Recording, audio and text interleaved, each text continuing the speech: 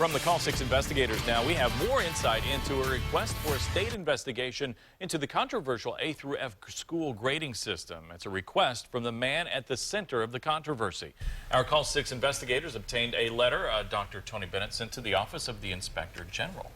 Todd and Jenna, this all remains so highly controversial till this day. Dr. Bennett, in defending his record and name, called for the Inspector General of the state to investigate, but for calling for one investigation doesn't count. Now, writing does. So here's his letter. Dr. Tony Bennett stepped down as Florida's Education Commissioner on August the 1st. That way we can put this issue to rest, because frankly, I am fearless about what they will find. That same day, he fired off this letter to the state's Inspector General.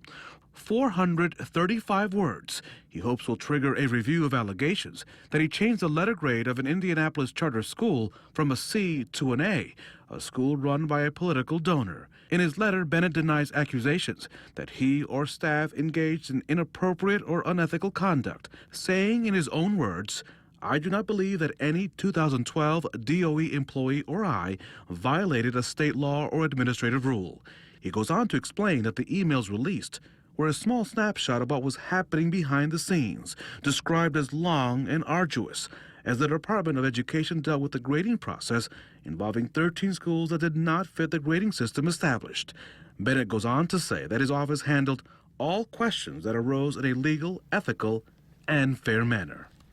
The State Inspector General's office does not comment on possible, pending, or ongoing investigations. Now, next week, an independent group asked to review the grading system and determine if it was manipulated will provide a report to legislative leaders. And Todd and Jenna, that report is due officially to the legislative leaders on Monday. It's a holiday, so we may get it on Tuesday. We'll see what happens. That might happen. Raphael, is there another group that's also looking at this issue? Group with a very long name. This group is called the Accountability Account Systems Review Panel. This group will be made of 17 people. They'll be appointed by the governor's office, legislative leaders, and the Department of Education. They, too, will make recommendations, and their report will be due on November the 1st. A lot of reports, and we'll keep on top of each of these groups. Everybody wants some input on this. A lot of input. All right, Raphael, thank you.